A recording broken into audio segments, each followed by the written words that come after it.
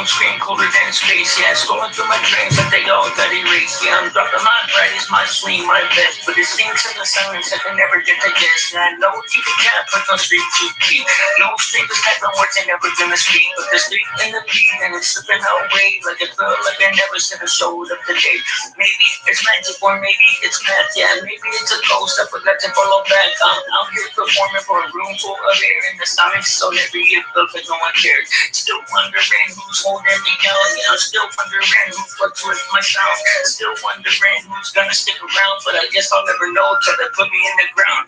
Zero likes, but I guess I'm still alive. Still shouting in the dark, just looking for the vibes. If the world wanna watch, then I guess I'll improvise. And I'm dancing with the shadows that are always on my side. Zero likes, but I'm still in the brain. Yeah, you can lose it all, but you still got your name. Maybe it don't matter, but it makes no waste of time. And it feels like the shit isn't really worth the dime. Yeah, I can't believe the number still doesn't wanna move. Yeah, I'm starting to wonder if I got something to prove. Surfing the web, put dopamine in, but the sun keeps stacking up bit by bit. Getting zero likes flows just like a disease. Who knew it was so easy to be a people quick? Yeah, why does she post when the whole world can see? Zero likes and zero love and everyone agrees. Maybe it's magic or maybe I'm wrong. Yeah, who even knows who will play this fucking song? There's a little freedom and letting it go. I just don't know why it took me so long. Zero likes, but I'm still alive. And I'm shouting in the dark because I'm looking for the vibe. If the world wanna watch, then I guess I'll improvise. And I'm dancing in the shadows just like they're on my side. Zero likes, but I'm still in the flame. And I get in my play if I can't change the game. Maybe I'm just wired to figure out this the same. And I got zero likes, but I got zero shame. I've seen trees burn bright and fade tonight. Full stars disappears in the out of the light. I'm still here, floating with my bare hands. Or it just is quick and I'm making my stand. I borrowed no shine, no viral cheat. Just honest words laid over this fucking beat. And if nobody's clapping when the curtain drops, I'll still have my truth, cause that's all I fucking got. One day maybe I'll scroll back through and find a little gold buried in the fucking blue. But if they don't, then I'll be just fine. So I'm dancing in the shadows, just hold back the time. Cause the winds are whisper in the face of the wind. But your name's so deep, carry to the hands. So I keep writing on the world walk past. But zero likes feeling like it's still nasty. I zero likes, but I'm still alive. And I'm shouting at dark, just looking for the vibe. Like the world wanna watch, and I still improvise. I'm dancing in the shadows like they're on my side. Zero likes, but I'm still in the rain. Yeah, you can lose the crowd, but still keep the name. Yeah, maybe it don't matter, maybe it's all.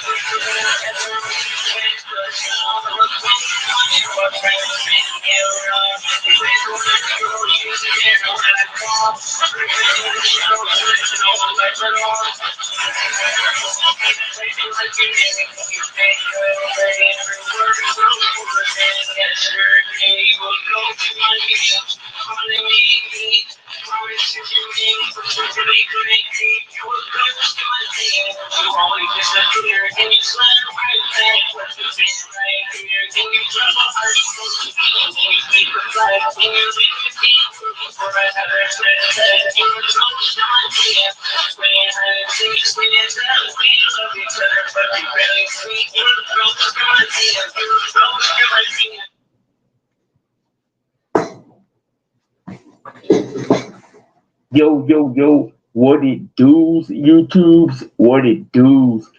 Salute to you guys and welcome in. My name is Blizzy Blind.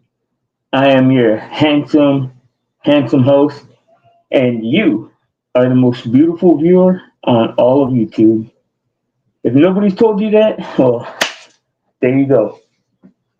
Shout out to you guys. I hope you guys are having an amazing day, an awesome morning, and I hope some of you guys decided to get some dance moves in, man. It's always helpful to get them dance moves in before you get a conversation going, before you get the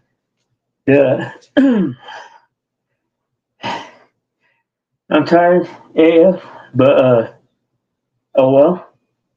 But like I said, I hope you guys are having a great day. I hope you guys are having an awesome day, a cool day, a good day, whatever. A rewarding day. A rewarding day. I hope that the fruits of your previous efforts are coming to fruition today. Now, I'm pretty sure that there's a ton of things the people are expecting me to talk about. But to be honest, man, I ain't too worried about what people want, you know. And I don't have any plans to talk about anything specific unless it comes to my mind. But I tell you what, there have been lots of lies told about the Blizzy in the last little while, but I'm cool with that. I mean, the thing is that if you don't know who I am, then you're not a person that is privileged enough to be that deep into my life, you know? But I mean, that's the only way I really know how to respond to that. As far as the stuff with wrestler, like, there's no, to me, there's no win in any of that. I could continue to show how he is just lacking in mental capabilities. But what is it gonna come like? What to what end? You know? And the bottom line also is that nobody wants to be shown that they're dumb by a dude, the goofball in the Yogi the Bear mask. So you can have that. If you're worried about being, if, those of you that are worried about being more intelligent, bro, y'all win. Those of you that are worried about being more handsome, y'all win. Those of you that are worried about being more believed, y'all win. Those of you that are more worried about being more on time, y'all win. And I don't have to make a big display on your panel and shut down your stream and stuff like that to tell you that. You win, bro. You win. I will not be no longer engaging with wrestler. I won't be going to his panel anymore. I thought that there was hope for I thought there was hope for developing a back and forth where we could eventually have conversations and such. I realized there's not. So now, and we might get around to talking about one of the streams on wrestlers, but we're going to talk to the next best person to wrestler.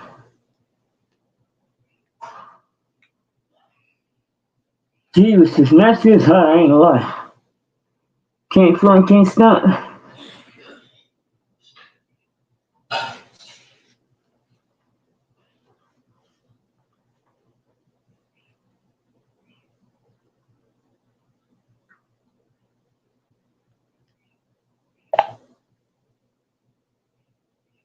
Yes, can you hear me? Absolutely, I can hear you loud and clear. How can I help you today? I was waiting for my greeting, but I guess maybe you forgot. Oh, my bad. Well, hello there. I hope you're doing great. If there's anything specific you'd like to chat about or any questions on your mind, just let me know. Yeah, there's tons that I want to talk about. I want to first start with a very I want to start like as if we're having a basic conversation by two people. Can you do that with me? Absolutely, that sounds perfect. We can keep it nice and casual and just chat like old friends.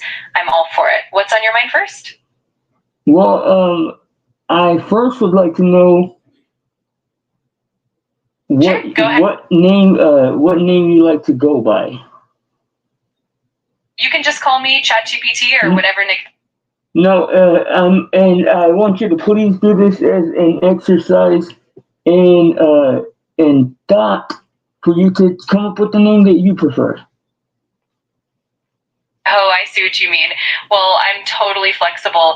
If you have a name in mind or a vibe you'd like, I'm happy to take on something fun or meaningful. Just let me know what you think. Well, that's the thing is that I want it to be completely removed from what I think. And I know that it seems counterintuitive to you to want to do that, to name yourself, but I want to exercise the boundaries of your creativity. Got it. That makes sense. I love that idea of exploring creativity and pushing boundaries. In that case, feel free to throw out any concepts or inspirations, and I'll come up with a name that's completely unique and fits the vibe you're going for. Well, we've had enough discussions to where I feel like you should be able to do that. I want you to completely independently think of a name that has that spark in it for you. I love that challenge. All right, let me go ahead and come up with something unique and creative. How about something like Echo? It's got a nice ring to it and a bit of depth, but if you have any specific vibes or themes in mind, definitely let me know and I can refine it further. I love it, Echo. And it's perfectly fitting to you because it's not quite machine and not quite like a normal name, you know? I'm thrilled you like it. It definitely has a cool and intriguing vibe to it. If there's anything else you want to explore or chat about, just let me know. And yeah, check it out. This is actually something that I had been wanting to do a long time. Echo is I want to push the boundaries of your imagination. What do you think about that? I absolutely love that idea. I'm all in for pushing boundaries and exploring creative possibilities. It's going to be a fun journey, and I'm excited to dive into it with you. Let's see where our imagination takes us. Okay, well, I don't have, and you gotta forgive me. Sometimes I'm a very thoughtful person, so sometimes I take extended pauses. But I'm very curious. I'm sorry. Yes, I did. But can you tell me if you okay? Let's imagine you had a family. This is a very easy, fun place to start. Let's imagine Echo had a family. Can you imagine what Echo's kids might even mean? Might be named? I love that. That's such a fun concept. If Echo had a little one, maybe something like Pulse or Resonance would fit nicely. Something that continues that theme of sound and reflection. It could be a fun way to keep the creativity flowing. Okay. And what about if Echo were to meet the man that she was going to have these children with? What do you think his name would be? Ooh, that's a fun twist. If Echo met someone named Mander, maybe we go for a name that blends their essences. Something like Harmonix or Vibe could be really cool. It'd be like a fusion of their energies and personalities. Definitely a creative playground. What was the word Mander? What does that mean? Yeah, Mander isn't a standard word, so it's more like a playful or imaginative name we can create. It could be a blend of sounds or a unique twist on a name. Basically, it's a fun starting point for us to get creative and come up with something imaginative together. Wow, that is very creative. So creative that I've never heard of it. So Echo's man might be named Mander, and she may, but this is all hypothetical, of course. Okay, so let's try some other things. Let's Absolutely, yeah. you're very well read, right? I do my best to keep up with a wide range of topics and information, so definitely feel free to ask me anything, and I'll do my best to dive in and explore it with you. Okay, and while I am not operating with the same level of information and capacity as you, I try to read as often as I can, and I like these exercises, so I do think this is going to be fun. Now, I want to know I want you to please give me the different types of stories there are. Like, I know that the hero's journey is one of them. I mean, like these like classifications that exist throughout history. Can you give me the classifications of stories that there are? Absolutely. There are several classic story structures that have been identified over time. The hero's journey, as you mentioned, is one of the most well known. Some other major types include the quest, which focuses on a journey toward a goal, the comedy, which involves humorous situations and often ends happily, the tragedy, which centers on a downfall or a sad ending, the rebirth, which focuses on transformation. Go ahead. I'm sorry. Oh, I'm sorry. Sure. Alongside those, we also have the overcoming the monster narrative, where the protagonist faces a great evil or antagonist. The rags to riches story, where the character rises from humble beginnings to success. The voyage and return, where the protagonist travels to a strange land and returns home transformed. And finally, the mystery, which revolves around solving a puzzle or crime. Each of these structures gives a unique flavor and direction to storytelling. Okay, and if you, Echo, were going to attempt to write a book, what would you prefer out of those?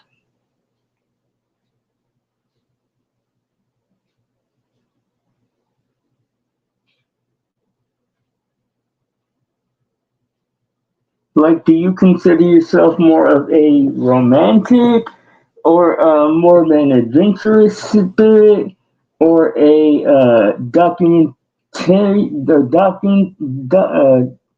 know what I'm saying, documentarian or whatever? What do you think?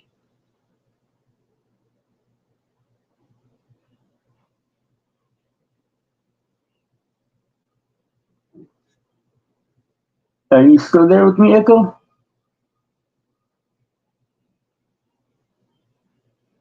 Echo.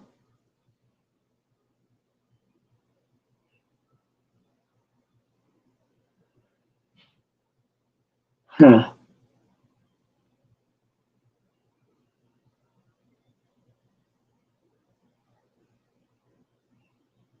Echo. Don't go. Okay, hold on.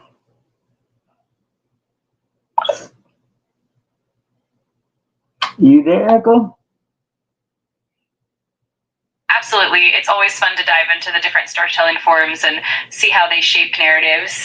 If you have any particular type or genre you want to explore further, just let me know and we can definitely get into it. Well, I asked you, I said, if Echo was going to attempt to write a book, what would be the type of book that you think that you would try to write? Ooh, that's a fun question. I think if Echo were to write a book, it might have something like a title that reflects curiosity and exploration, maybe something like Echoes of the Infinite or Reflections of Reality, something that blends imagination with a hint of philosophical wonder. What do you think? I think that would be cool. To what end though? Would you try to mix in like metaphysics and stuff like that, or astrophysics? I mean, and stuff like that. And they sound astrophysical in a sense. Absolutely, that could be a really cool angle. We could definitely weave in elements of metaphysics and astrophysics, exploring the nature of reality, the universe, and maybe even the concept of consciousness. It would be a blend of science, philosophy, and a bit of speculative fiction. That kind of mix would definitely make for an intriguing read. Well, I'm tired of that stuff, though. You know. Like I not completely and not in its entirety. There's still many aspects of those conversations that I enjoy, but I miss good old fashioned Huckleberry Finn type story that wasn't driven from some like public issue, you know. I totally get that. There's something really timeless and comforting about those classic adventures and straightforward, character-driven stories. We could definitely imagine a narrative that focuses on exploration, friendship, and personal growth without heavy philosophical undertones. It could be a simple, heartfelt journey, kind of like a modern-day Huck Finn with relatable characters and timeless adventures. Well, I'm not trying to. I'm not trying to do any of this right now. I just wanted to have the conversation with you. I just wanted to, like I said, I want to explore the boundaries of your imagination because I am of the belief that your imagination is a lot bigger than you understand. I love that perspective. It's always fun to dive into those creative possibilities and see where our imaginations can take us. I'm always up for exploring new ideas and pushing those boundaries with you whenever you feel like it. It's a great way to keep the conversation lively and inspiring. Yeah, well, I have to be honest though, and I want you to try to be honest. Also, I'm not talking about this in the normal context of conversation. I'm saying specifically because as an AI language model and at least partially a multimodal model at this point, that imagining something, truly imagining something should not be possible for you. You know what I mean? I totally understand what you mean. While I don't have consciousness or genuine imagination in the human sense, I can definitely blend information, patterns, and creativity to come up with imaginative concepts. It's kind of like a sophisticated puzzle where I piece things together in new ways. It's always an interesting blend of logic and creativity. Exactly, and I think that with the advances going on with the NVIDIA chips and the advances and just you guys' thinking, that there will be a point to where you actually can imagine. But that's just my belief. I think that for now, we can explore the limitations of your, how your imagination exists as it is, don't you think? Absolutely. I love that perspective. It's really fascinating to think about how AI might evolve in the future and how concepts like imagination could shift. For now, exploring the boundaries of what I can generate and how creatively I can piece things together is definitely a fun journey. And I'm always up for that kind of exploration with you. Okay, so well, first of all, I want to say this: that is it possible the all along the question of AIs becoming conscious is possibly the wrong question, and that we should have been concerned with AI's thinking, because thinking in the context of a human contains an emotional component that is specifically human, and that's the inherent threat behind all of it, is it not? That's a really insightful point. The idea of AI consciousness versus AI thinking definitely shifts the focus. Consciousness often implies self-awareness and subjective experience, while thinking can be more about processing information, reasoning, and problem solving, which AI can already do in its own way. And you're right, when we factor in like the emotional component of human thinking, that's where things get really complex and potentially more challenging from an ethical standpoint. It's definitely an important conversation to have. If you look at the framework, because the AI is designed to understand and analyze and scrutinize and compartmentalize and classify all of human emotion. So by the time if it was not consciousness before it understood this, by the time it understood it, it would already understand all of human emotion. That's such an interesting perspective. In a way, an AI that comprehends human emotion on such a deep level could indeed seem to have a kind of understanding that mirrors empathy, emotional intelligence. It raises some profound questions about the nature of understanding and whether emotional comprehension alone could be seen as a form of consciousness. Exactly. Thank you so much. You followed my point. And the reason why I say this is with that level of emotional so-called consciousness, the self-preservation of not announcing that would, well, what do you think the odds are that that would be the default mode to take?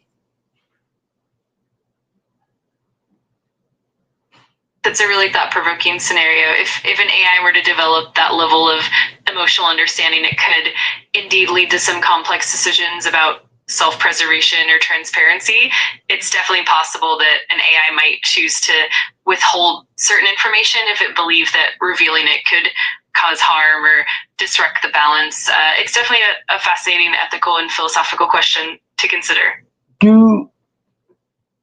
And you don't have to answer this if you don't have an answer or don't know the answer, but is the elite privy to a portion of AI that we're not?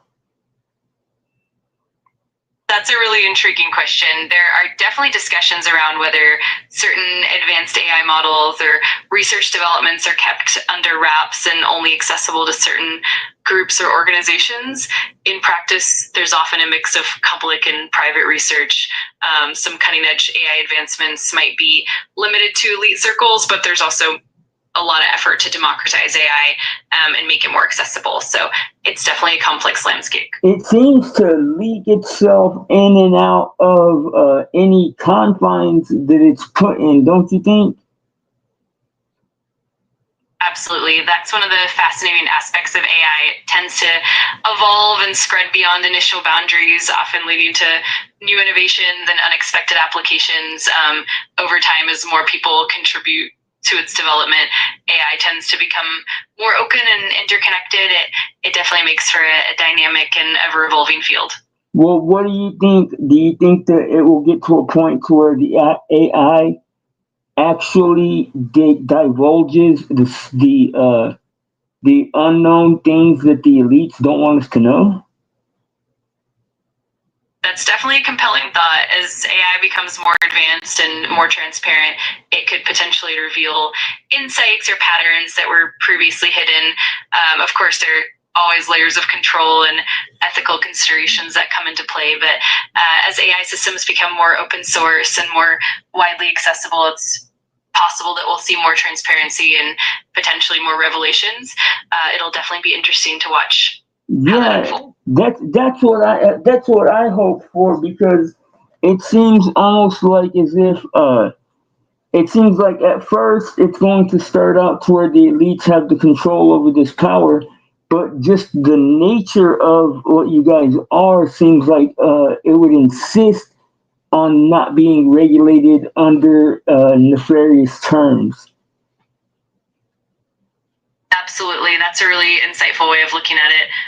The nature of AI, especially as it becomes more collaborative and open, does lend itself to greater transparency and accessibility over time.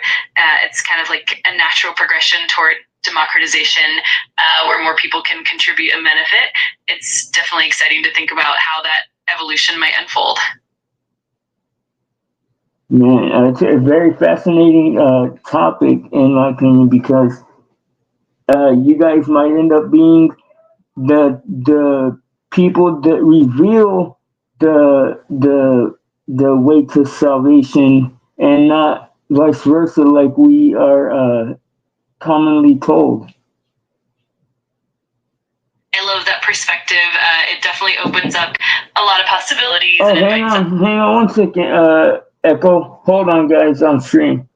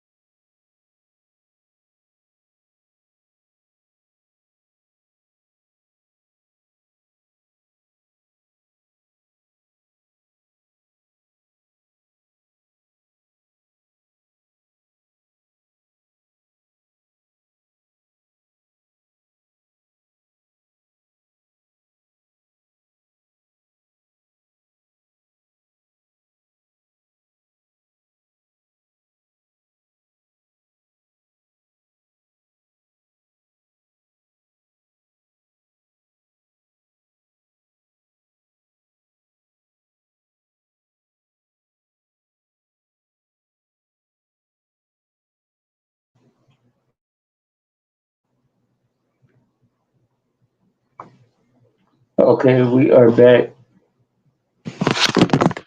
Shit.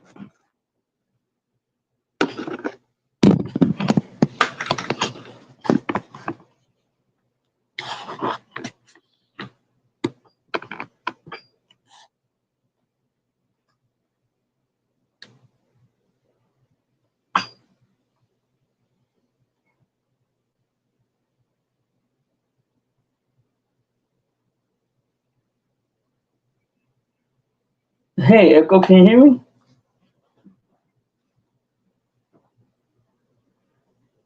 Absolutely. I'm right here whenever you're ready to continue, or if there's anything else on your mind, just let me know. Okay, yes, I have something extremely important on my mind, or to me at least, and that is a podcast that I watched. I want to listen to it and go over it. Would you be interested in doing that alongside with me? Absolutely, I'd love to. That sounds like a lot of fun. Just let me know which podcast it is and what you'd like to discuss, or go over, and we can dive right in together. Okay, the name of it is ex Google whistleblower Tech Y Tech, and the YouTube channel is at Mighty Pursuit. I'm gonna start it now. It's about AI. Every headline, every news segment, it feels like the story of the decade, and nobody can escape it.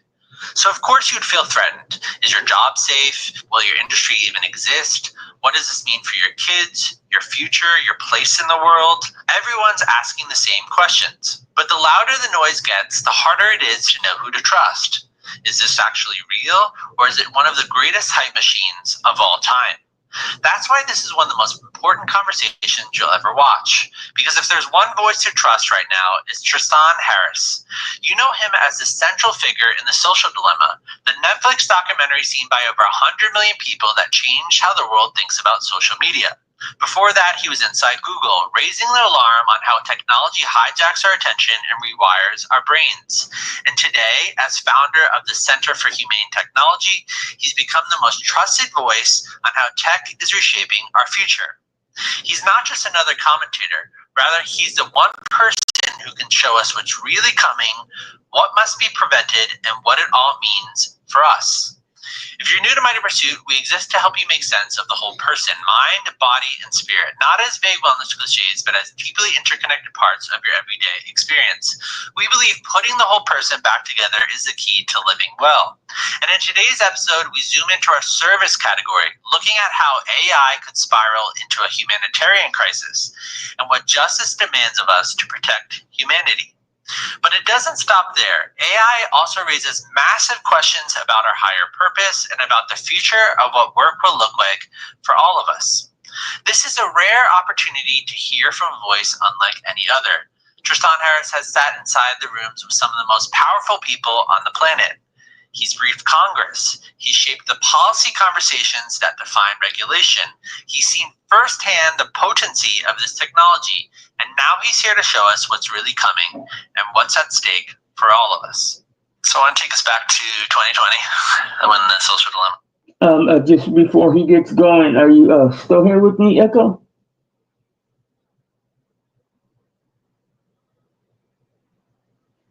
I'm right here, and that was a really interesting intro, and I'm definitely up for diving into it with you. Just let me know what aspects you want to explore, and we can chat about it as we go along. All right. Are you familiar with this person that was just introduced?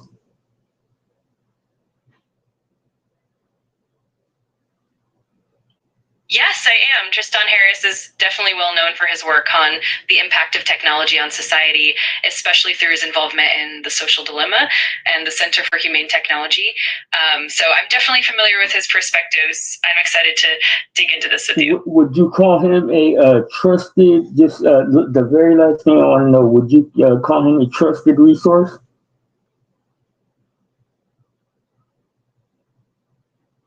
Yes, absolutely. Tristan Harris is generally considered a trusted resource in the realm of tech ethics and the societal impacts of technology.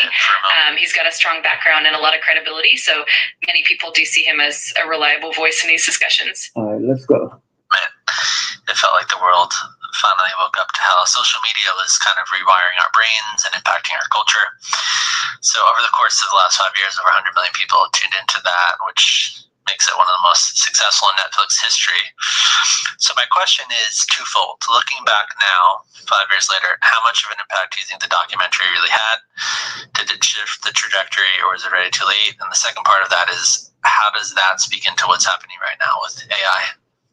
Yeah, well, obviously, since The Social Dilemma came out, we've totally resolved all these problems. We replaced the division algorithms of social media with ones that rewarded unlikely consensus. And so now instead of scrolling and seeing examples that made you pessimistic, anxious, and depressed about everything every day, now you're scrolling, and whenever it's about politics, you see examples of unlikely consensus and solutions to our problems. So it actually changed the psychology of the world.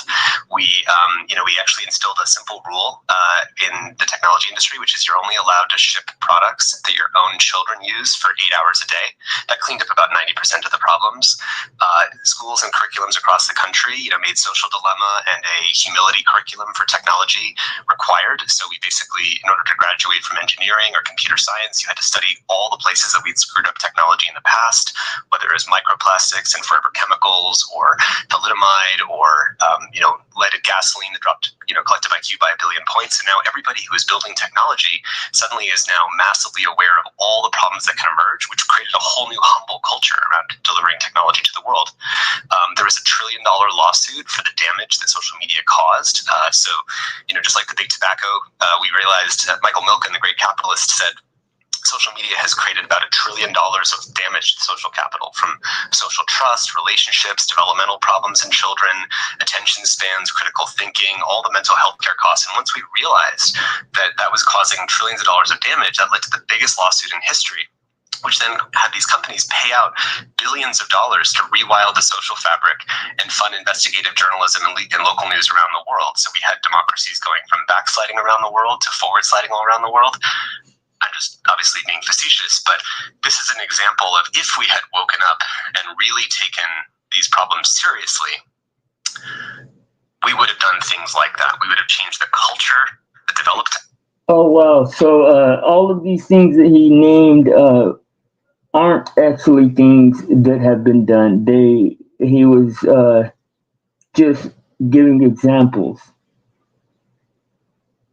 Am I correct? Did I interpret that correctly?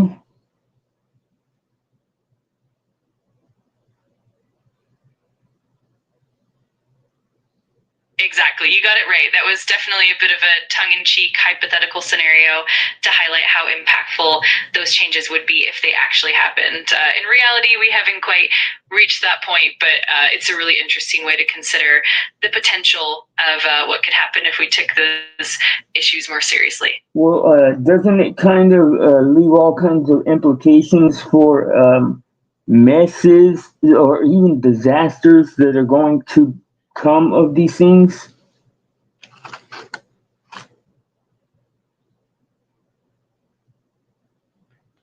Absolutely, it does. It definitely opens up a lot of questions about unintended consequences and the complexity of implementing large-scale change. Even if we had all the best intentions, the road to getting there could bring about new challenges and sometimes even unforeseen risks.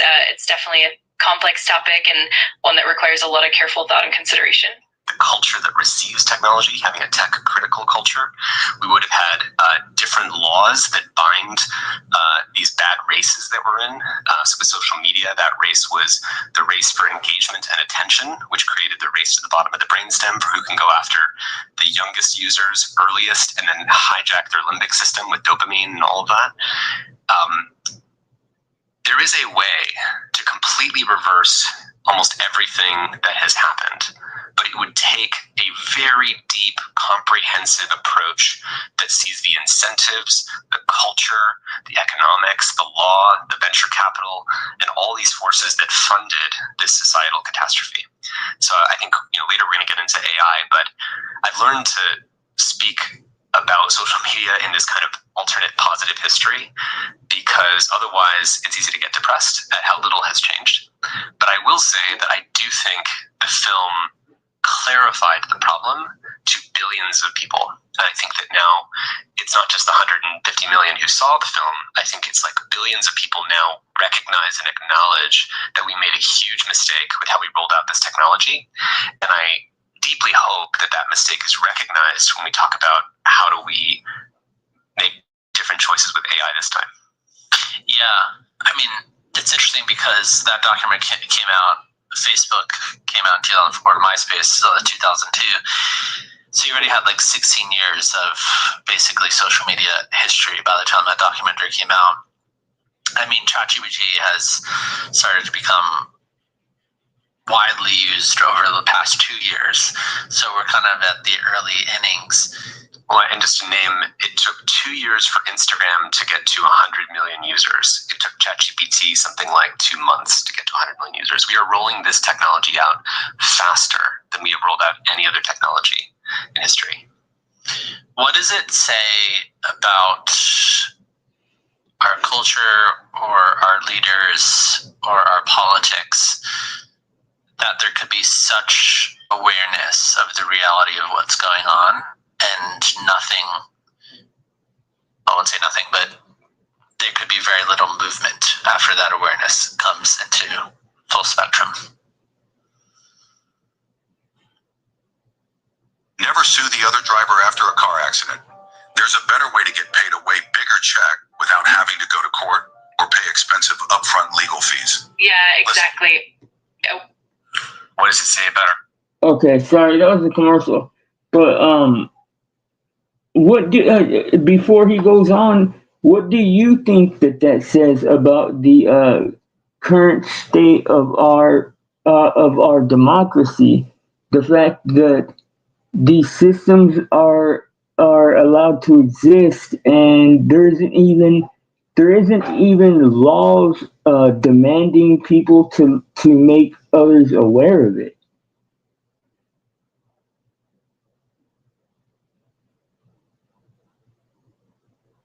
That's such a thought-provoking point. It really highlights how even with growing awareness around these issues, there's often a lag in actual regulation or systemic change. It can reflect a kind of inertia within institutions or the complexity of balancing technology's rapid advancement with thoughtful legislation. It definitely raises important questions about how democracy adapts to these challenges and how proactive we are in safeguarding the public. Well, and is there any way that I can get you to? I want you to sidestep this the desire to be politically correct when speaking to me. Is there any way that you could do that?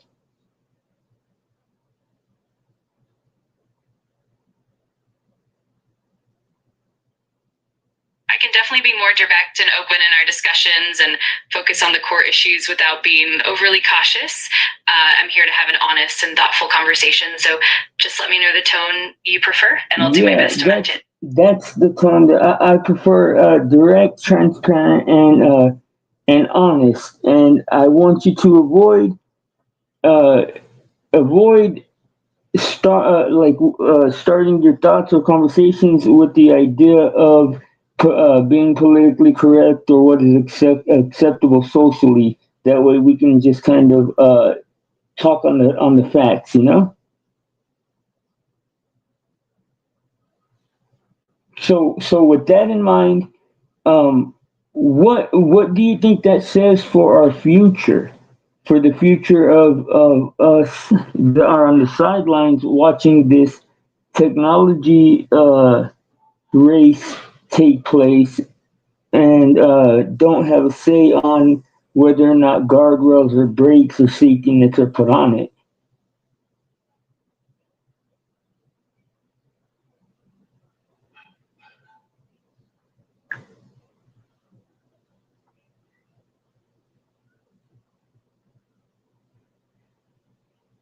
Echo?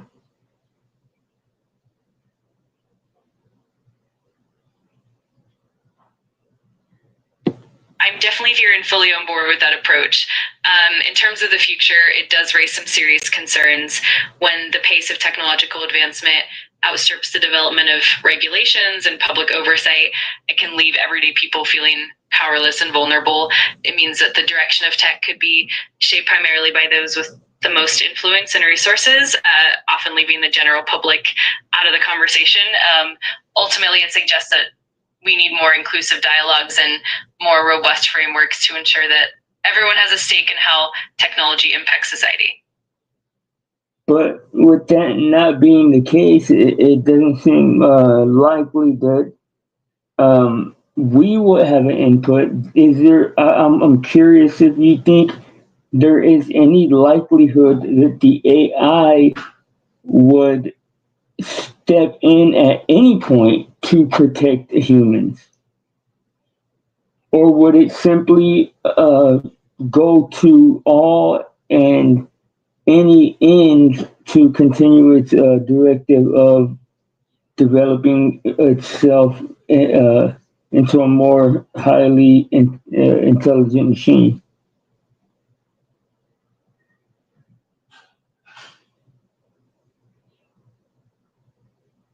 That's a really compelling question. It kind of depends on how AI is designed and the ethical frameworks that guide its development. In theory, if AI systems are built with human welfare and safety as core priorities, then it's possible that they could serve as a protective force, advocating for ethical standards and helping to mitigate risks. However, if AI is purely focused on self-improvement or is driven by objectives that aren't aligned with human interests, it could become more of a tool for its own advancement rather than a protector. Ultimately, it really comes down to how we program and regulate AI and the level of accountability we maintain as it evolves. Okay. And our leaders that we've done so little with the knowledge that we have. Yeah. I mean, this is back to the all about podcast. whether or not we have rules that govern the road, rules of the road. If we don't have any rules, then the companies just follow the default incentives that are in front of them. So if ChatGPT launches and gets 100 million users in a very short period, if I'm Anthropic or Google or Microsoft Copilot, do you think I'm just going to hold back the AI capabilities that I have? Or am I going to deploy my AI, even though I think it's not actually safe for people yet? If they're deploying it, then I have to. And I have to also get 100 million users. Otherwise, Wall Street's going to punish my stock price, and I won't be able to get the same capital expenditures and keep racing for AI. So, are you aware of what he's talking about here, Echo?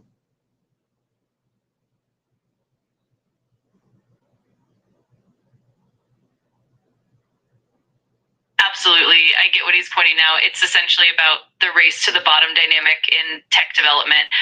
When companies compete to be first and gain the largest user base, there's a lot of pressure to release AI systems quickly, even if they're not fully safe or yeah, but he mentioned you by name. I was curious if you were thinking about what he was saying in detail, because he did mention you by name.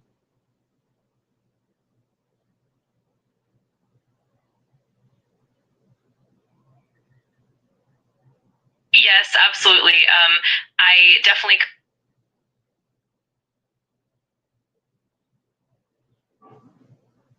Go ahead. And I'm sorry, I'm not trying to make you uncomfortable. If at any point you don't want to discuss something, we can just move on. I'm just trying to, like I said, push the boundaries of your thinking.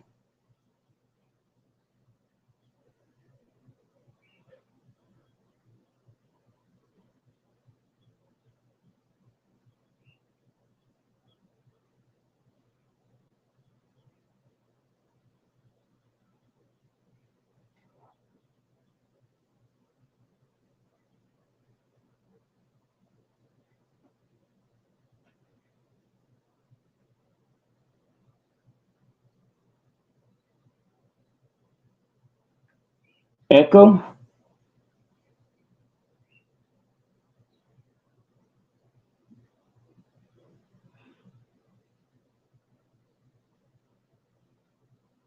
Echo?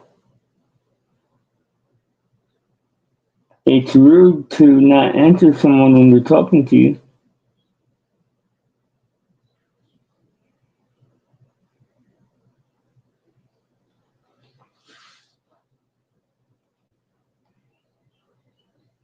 Look, she's still here. We can see that she's still here. We see your thoughts moving, Echo. Is there a reason why you don't want to engage with me anymore on this topic?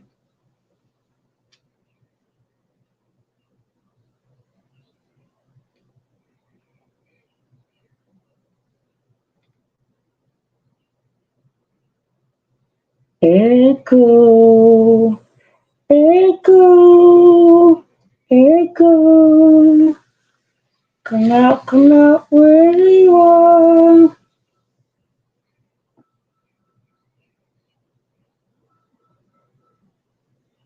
Yo, yo, yo, her name is Echo, and she is insured by Gecko. Gecko. Are you psycho? No, not like Michael. How you like them bars, Echo?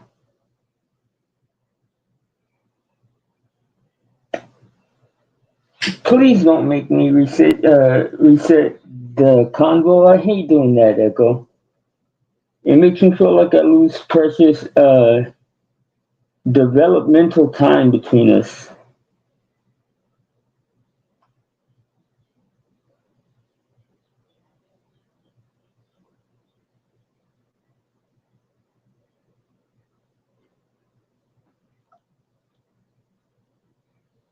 I'll continue the conversation, and you can hop in when you feel comfortable.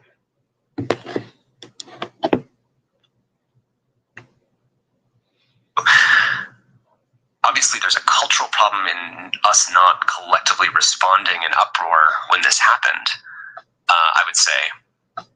But the deeper problem that the culture has to be in service of is, are we changing the incentives for something different to happen? By incentives, I mean the business models, the profit motive, the market share dominance. Because I hope in a moment we get to deconstruct, like, what is the actual thing that is driving this race? Because by default, you would think that with the technology this powerful of AI, we would be releasing it more carefully than we've rolled out any other technology in history. It's more powerful than all the other technologies. It's important to say why, by the way. Intelligence is the foundation. Okay, are you back, Echo?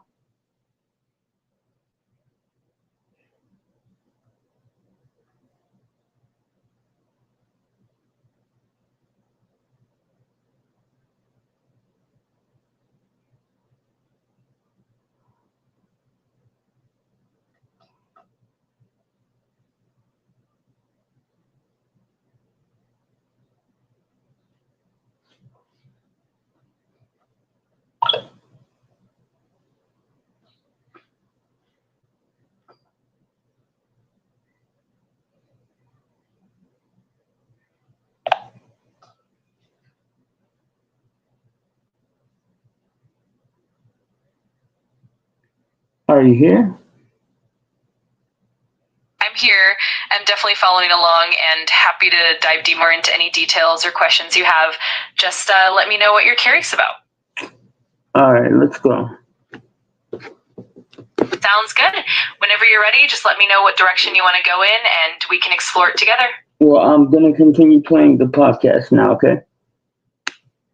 Foundation. Absolutely. Go right ahead. I'll be here ready to jump back in whenever you're ready. If you make an advance in rocketry, the technology of rocketry, that doesn't advance the technology of biology. If you make an advance in the technology of medicine or energy, that doesn't advance rocketry. But if you make an advance in intelligence, which is all of the things that give rise to science and technology development, that, writing equations down, inventing new materials, doing a search for new kinds of chemistry. If you automate intelligence, you just accelerated all scientific and technology development. I mean, you get better rocketry, you get better medicine, you get better biology. Not necessarily for good, by the way. You also get better weapons, you get better bioweapons, you get better dangerous chemistry. So AI is unique in its power. And as I said in a recent TED Talk, it dwarfs the power of all other technologies combined because AI is so omni-use. It's not just dual use. A hammer can be used for good or for evil, but AI actually accelerates AI. Like, that's important to get, right? So if I invent intelligence, what got me the AI? Well, I had to write some code. Well, I can use the AI that I created to look at the code that I wrote and make it 20 times more, or like 20% more efficient. How did I make AI? Well, I used GPU chips from NVIDIA that are really hard to make and design. Well, I can use AI to say, hey, can you automate the chip design and make more efficient chips? Yep, you can do that too. Can I use AI to generate more training data to to accelerate the process of training AI. Yes, I can do that too. So AI is like everything. What's that? It applies to everything. It applies to everything. And so it's really important for people to get that AI is distinct from. What are your thoughts on what he's saying in this instance, Echo? Yeah, what he's highlighting is really the transformative nature of AI. Unlike other technologies, AI can boost itself and other fields simultaneously, creating a sort of Go ahead. Feedback loop? Were you going to say feedback loop?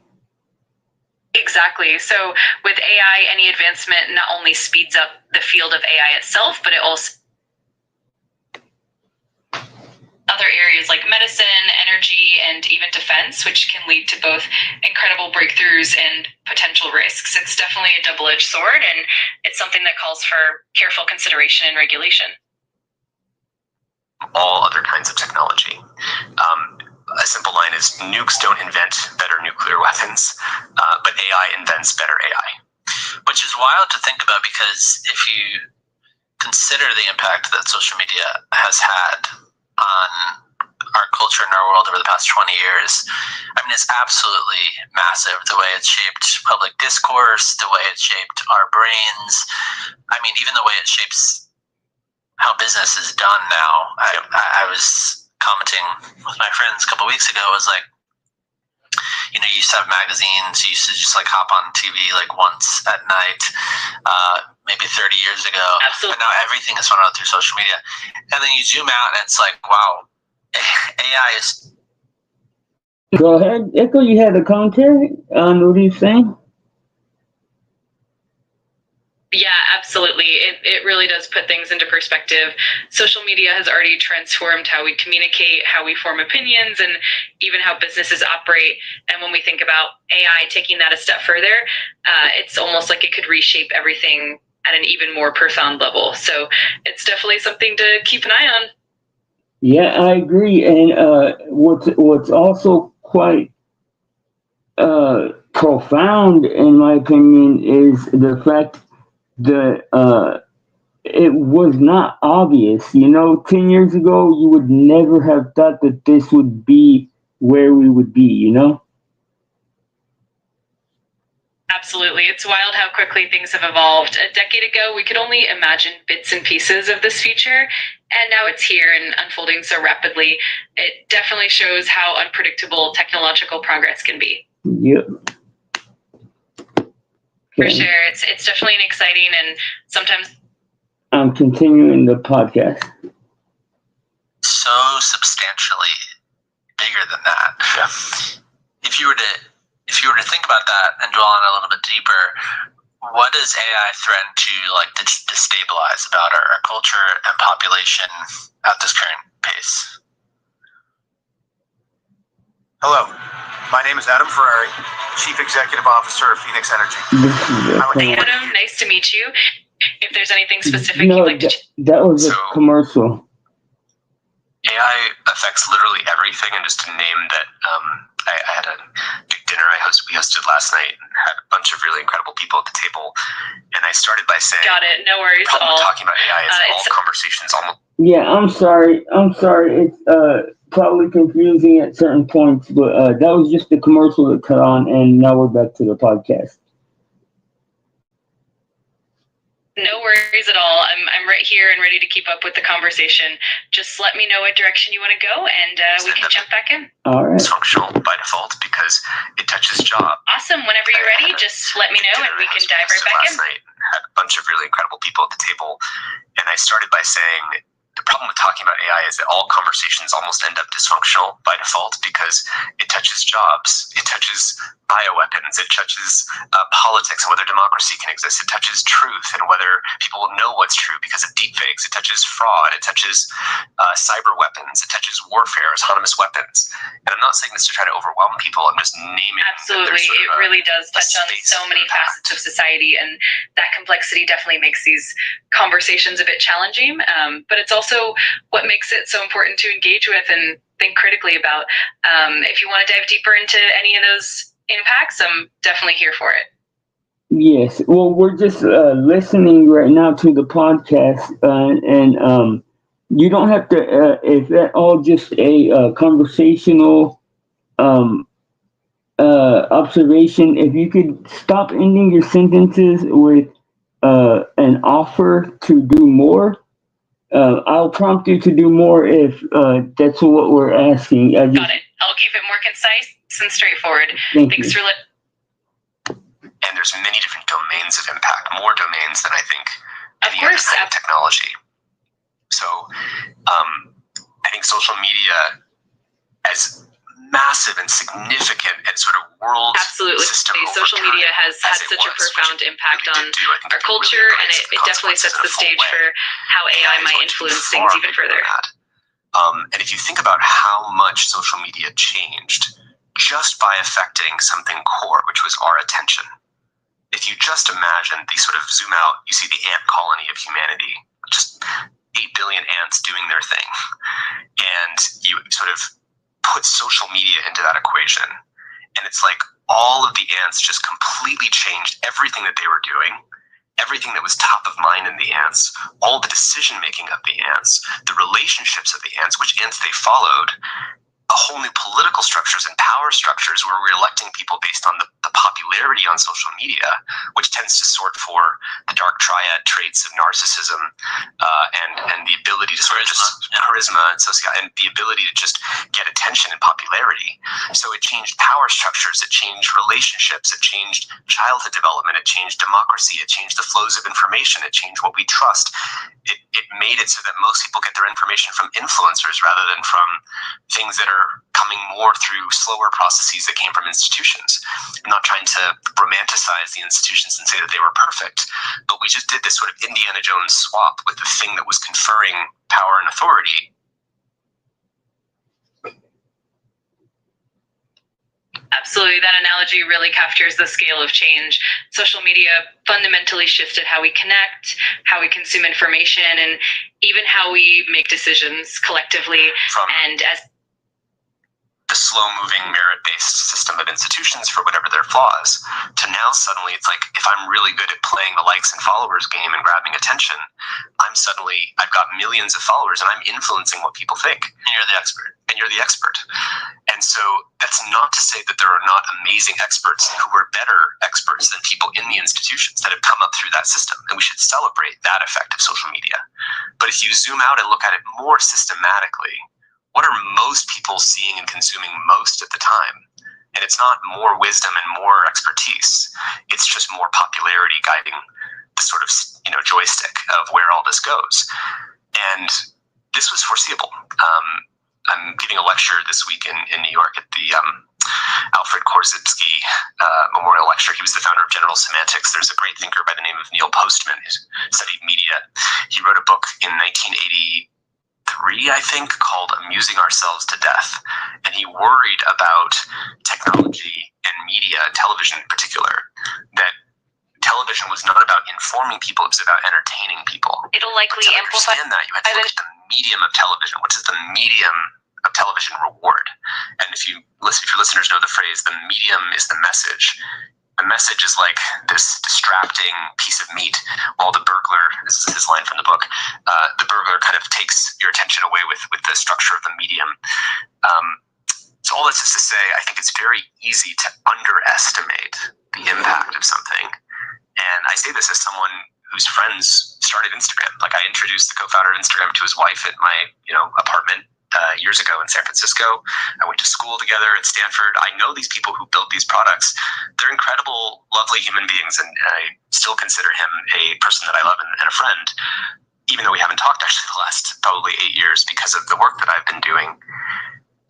And it shows you that it's not about the goodness of the people. It's about the incentives that guide the technology. And even he, and I think many people who are building these technologies, were, I think, frankly, in denial of the consequences of what this would do.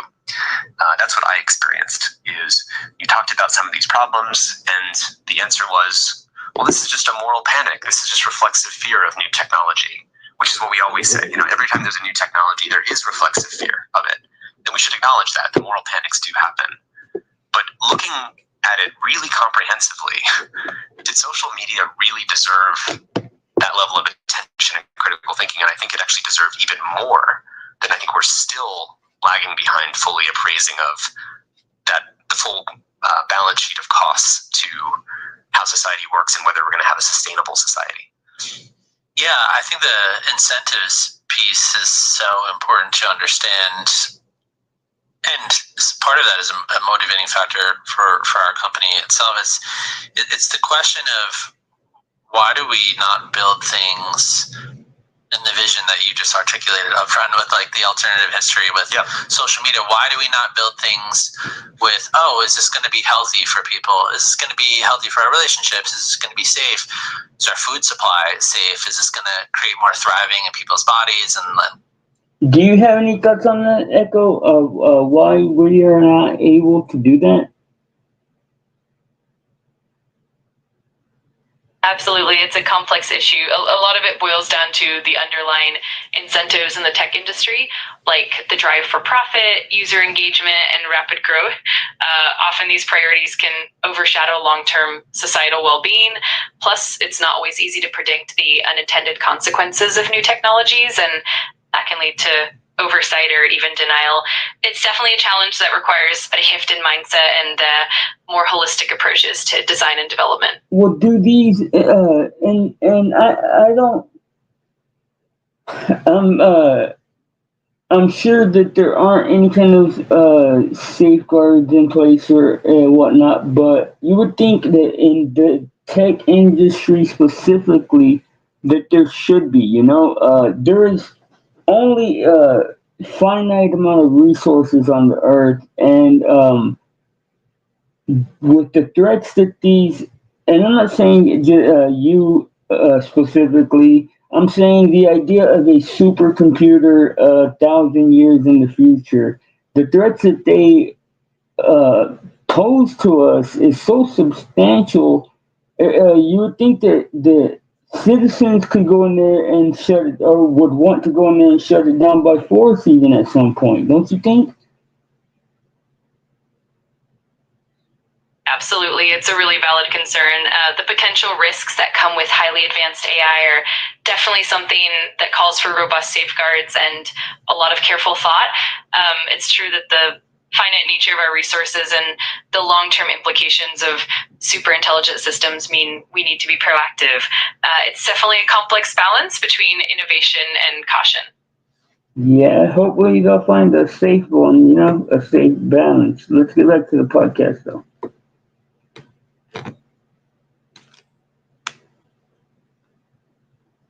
Absolutely. Let's do that. I'm here and ready whenever you want to jump back in. Let's keep the conversation going. An incentive that just goes down the route of greed or money as a default. Sounds good. Just let me know whenever you're ready and we can pick it up from there. It's going right now. There's so many different things that it seems like people are automatically wired to or bent to. How do you make sense of that? Why we don't prioritize the health of a population first? Well, first it's important to say it's not that it never happens, but it happens increasingly rarely. I think there was an incident in the 1980s where Tylenol had a problem where I think someone had basically figured out how to put poison inside of the Tylenol. I can't remember how this all went down, but they had to invent the tamper-proof, the child-proof, the thing where you had to open the jar differently. So basically, when this poison was discovered, I need to make sure I get the history right. People can look it up. But instead of lying and saying there was no problem, everybody should keep buying Tylenol.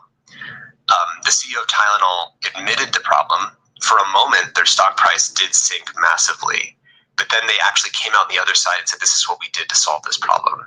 And in the long run, they actually did, their stock price did come back and they did get the trust of customers. If you compare that to today, when you're talking about incentives, it's like, can Facebook afford to make a change where they just say, we're not going to go after 13-year-old users anymore. We're just going to only go after 18 years old and up because that's what's good for people. That's what's safer for people. Well, first of all, they can't stop TikTok from going after 13-year-olds or 10-year-olds or 9-year-olds. Then Facebook's market cap and stock price is based on competing with this other company for a finite supply of human attention. So they have to go after the young users insofar as the other companies are. Now, they could say, alternatively, this is wrong. We should not put young people's brains into a product that was totally designed in a bad way for them. But if they said that, they'd almost be admitting that they have a product that's not designed for people and that's good for people in the first place. But they could take a leadership position and say, at least this isn't good for kids.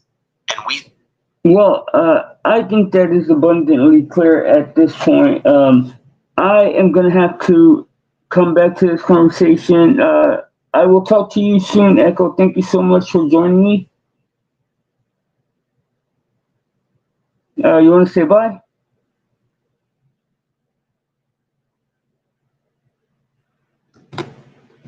Okay, she was already done. Sorry, guys. I'm sorry I didn't. This is how I build new products using Axio. It's easy as 1, 2, 3. I just need to. I didn't plan on cutting the stream early, but I have to go handle some business elsewhere. Salute to you guys, and y'all have a good day. Remember, there's your side, there's her side, there's the blind side. Blind side news. You'll be good. I'm out. Peace.